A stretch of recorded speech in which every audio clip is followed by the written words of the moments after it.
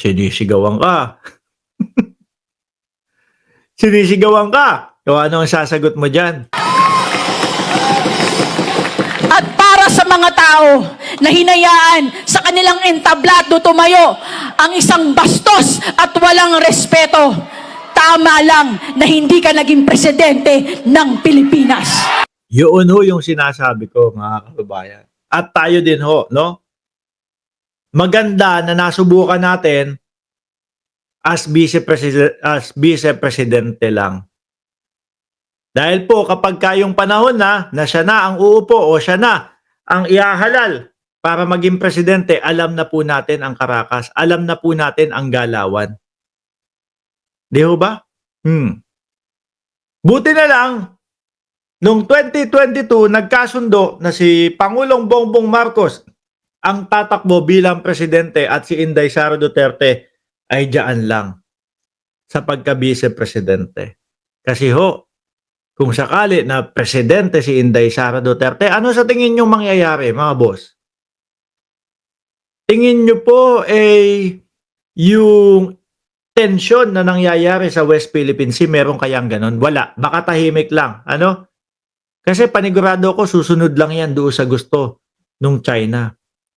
Kaya nga po, mga kababayan hindi makapagsalita ang ating vice-presidente patungkol po dyan sa West Philippine Sea.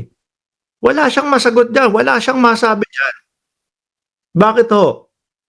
Sa oras na magsalita siya dyan, malalagot siya. Sa oras na nagsalita siya na kampe siya sa mga Pilipino na atin ng West Philippine Sea, magagalit yung mga friends nila doon.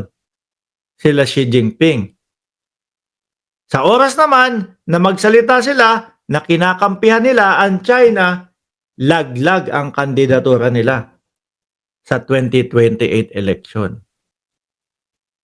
Kaya hindi magsasalita. Kahit anong pilit po, hindi magsasalita yang mga yan, mga bossing. Sabi dun sa comment section sa TikTok, sabi ni Happy Angel, nga ang Pinas. O kapag si Inday Sara Duterte. Diba? Ang naging presidente. Sabi ni Just Vincent Parmarco, shoutout sa iyo. Anyway, mga bossing, iwanan na ho natin yan. Dakuin natin ng mabilisan po itong kolumnista. Maka Duterte din ho ito Itong kolumnista ho, mga kababayan, nakasuhan. No? Ng cyber libel. NBI files cyber libel charges against columnist over alleged false claim on impeachment bribery. Ayan. Si ano to Si Tiglaw. No? Si Rigoberto Tiglaw ho, mga kababayan.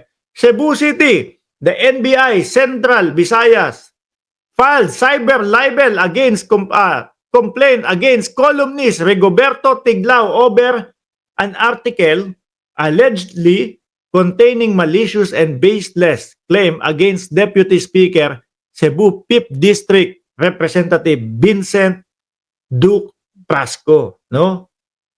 Sabi dito, the article was published in the Manila Times and circulate online. Yun ang claim ng subject, meaning it caused aspiration, no, not only complaint ni Prasco, pati buong House of Representative. Pinapalabas niya na ang binribe lahat ng congressman to vote for the impeachment. Wala pong mga katotohanan. No? Wala pong maipakitang mga ebidensya. Sibak siya dyan. Madami doon sa mga DDS, pati yung yung Alex Destor, Alex Destor ang pangalan. Ang style ho nila, mga kababayan, we heard it from someone or kung kanino man. Yung tipo bang narinig lang ho namin na meron daw po na malalaking bag na kulay itim na nagkakahalaga daw po ng 150 million kada isang bag, tapos ibibigay doon sa mga congressman na boboto na para ma-impeach si Inday Sara Duterte.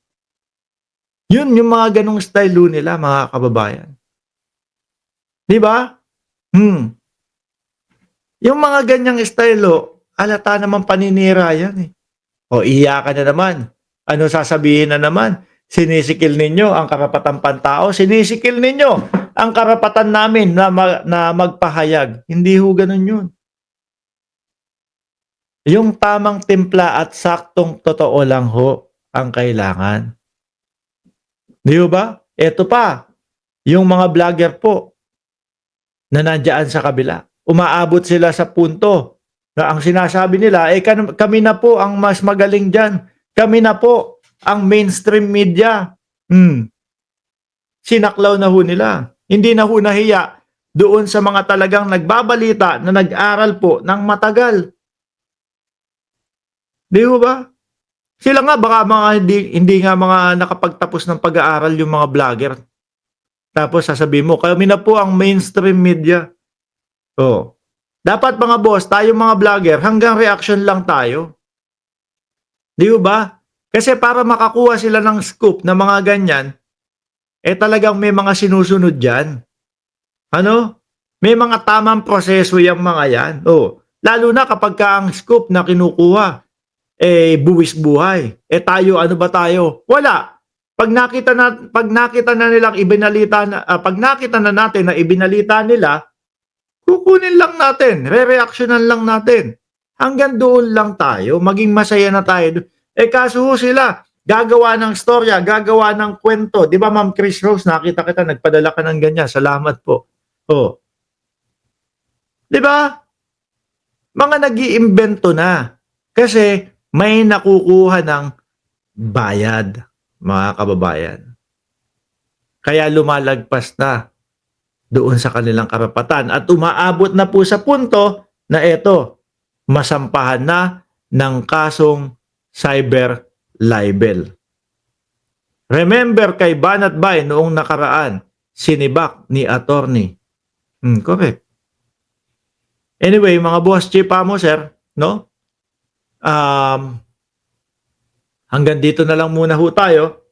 Anong oras na ba? Alas 10:45 dyan ng umaga sa Pilipinas.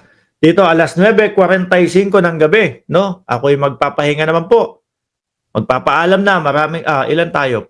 Magpa 5,000 viewers dito sa YouTube at dito naman sa TikTok ay may 24. Maraming salamat and God bless po sa ating